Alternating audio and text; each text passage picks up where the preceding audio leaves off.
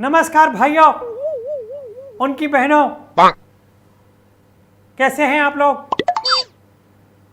आ रही है आंधी क्योंकि अब आ चुके हैं राहुल गांधी।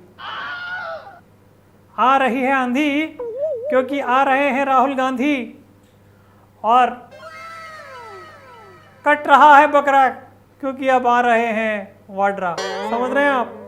मेरी दीदी जो है इतने बड़े मुंह वाली, एक तो पता नहीं क्या हो गया है, कांग्रेस में जो भी आ रहा है उसका मुंह बड़ा हो जाता है।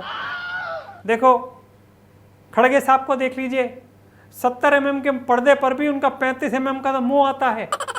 और अगर उनके साथ में मेरी दीदी खड़े हो जाए तो उनका मुंह भी कट जा रहा है। oh, no. खड़गे साहब का, दीदी का भी मुंह तगड़ा हो गया। पता नहीं ऐसा क्यों हो रहा है। मैंने कहा दीदी यू आर ग्रेट। और मैंने ये बात बोली भी थी कि भैया अगर वाराणसी से अब की बार मेरी बहन लड़ती, मोदी जी को हरा देती हूँ। oh, no. मोदी जी जीत नहीं पाते। बताइए क्यों। वो इसलिए क्योंकि प्रियंका में भी है एक अजब सी आंधी, क्योंकि वो भी पहले थी प्रियंका गांधी। वाह, मानते हैं। इसीलिए लोग कहते हैं मुझे बड़े वाला पप्पू। पर यह बात सच है भाइयों बहनों, जितनी सीटें हमारी आ गई, हमें तो ऐसी उम्मीद ही नहीं थी। मैंने तो सच बता रहा हूं, पप्पी भाई टेंट हाउस वालों को बोल दिया था कुछ सीटें हमारी भैया भेज देना, क्योंकि हमें नहीं लगता कि हमारी सीटें आएंगी। पर इतनी आ गई कि हमें लगा कि हम उनको भेज देते, कुछ वहां से प्रॉफिट हो जाएगा। ये जो पप्पू है, मेरी मम्मी की आंखों में आंसू थे इस बार। मेरा फेटा क्या खार गया। मैंने कहा मम्मी बेटे को ऐसे मत करो, बेटा कुछ नहीं, उसने कुछ नहीं करा है। जब विपक्षी अच्छा नहीं खेल पाते हैं तो भी हमारे को ही क्रेडिट मिलता है कि तुम अच्छा खेले। ऐसी बात नहीं है, कुछ उनके डिसीजंस गलत हो गए जिसकी वजह से हमें फायदा मिल गया। oh, no. पर ठीक है, कहीं कुछ तो हुआ। हमें ये तो होप हुई कि हम बने रहेंगे, वरना जिस तरीके से वो 400 पार का नारा मेरे दिलो दिमाग में रात भर गूंजता था, मुझे तो ऐसा लग रहा था कि हम विपक्ष में भी नहीं बैठ पाएंगे। मैं तो उसके लिए मोदी जी को भी धन्यवाद देता हूं भैया, कि उन्होंने आम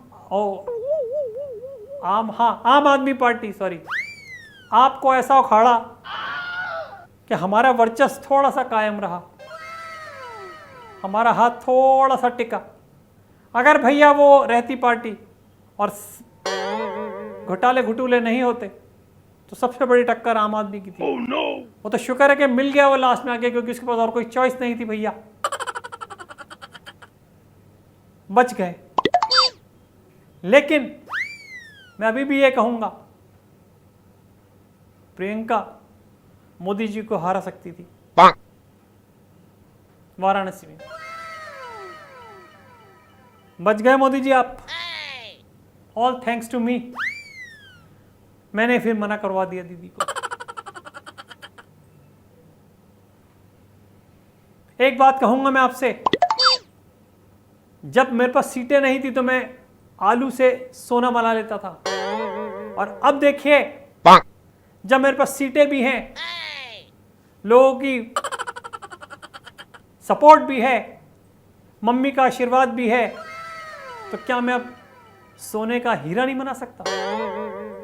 तैयार रहिए, अब आपका 3.0 रेडी है तो मेरी भी नहीं, मतलब क्या बोलने वाला था, नहीं, मेरी भी अब इसी तरीके की अटखेलियां 1.0 के बाद स्टार्ट हो रही हैं। मैं अपनी पार्टी को जब तक ऐसा ना कर दूं कि वो कहीं भी पार्टी के लायक ना रहे तो बात रही। पर थैंक्स कहना चाहूंगा जनता को कि आपने मेरे अंदर एक सपना अभी भी बरकरार रखा है भैया, कि एक दिन मैं भी शपथ लूंगा। oh, no. भले ही कोर्ट में गीता पे हाथ रख के लेनी पड़े, लेकिन लूंगा जरूर शपथ।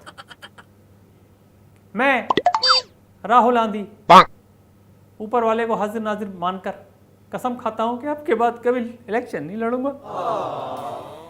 यही खानी पड़ेगी और तो क्या खाऊंगा। एनीवेज,